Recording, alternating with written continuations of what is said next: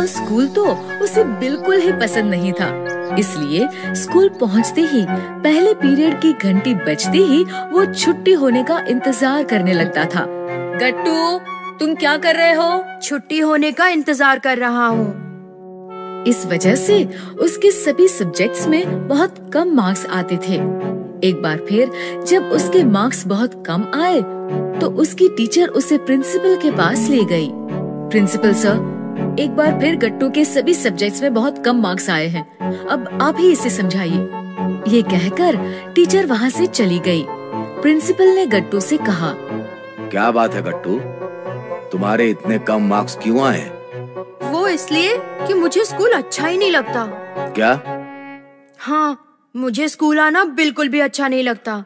लेकिन स्कूल में तो नई नई किताबें होती हैं, नए नए दोस्त होते हैं जिनके साथ हम खेलते हैं, बात करते हैं। तो फिर तुम्हें स्कूल अच्छा क्यों नहीं लगता? क्योंकि मुझे पढ़ना, खेलना और किसी से बात करना कुछ भी अच्छा नहीं लगता। गट्टू की बात सुनकर प्रिंसिपल समझ गए कि असली परेशानी क्या है।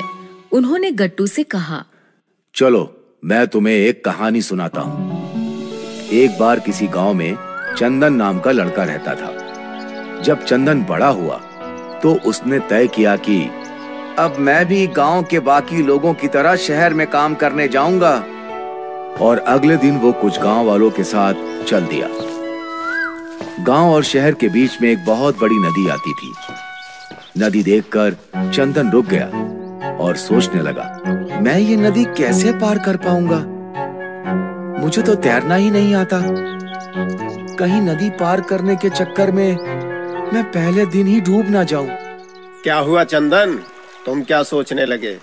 चलो जल्दी से तैर कर नदी पार करो। चंदन जानता था कि अगर उसने कहा कि उसे तैरना नहीं आता तो सभी उसका मजाक बनाएंगे। इसलिए उसने कहा, नहीं नहीं, मैं तैर कर गया तो मेरे कपड़े गीले हो जाएंगे। आप सब चलो, मैं नदी के आगे से घूम कर आता हूँ। लेकिन नदी तो बहुत बड़ी है, तुम समय से काम पर नहीं पहुँच पाओगे। मैं बहुत तेज दौड़ता हूँ, देखना मैं तुमसे पहले पहुँच जाऊंगा। चंदन के ऐसा कहने पर गांव वाले तैरकर नदी पार करके चले गए और चंदन नदी पार करने के लिए दौड़ पड़ा। लेकिन नदी बहुत लंबी थी। ये नदी तो सच में बहुत लंबी है, लेकिन कोई बात नहीं, मैं समय पर काम पर पहुंच जाऊंगा। लेकिन जब वो काम पर पहुंचा तब तक बहुत देर हो गई थी।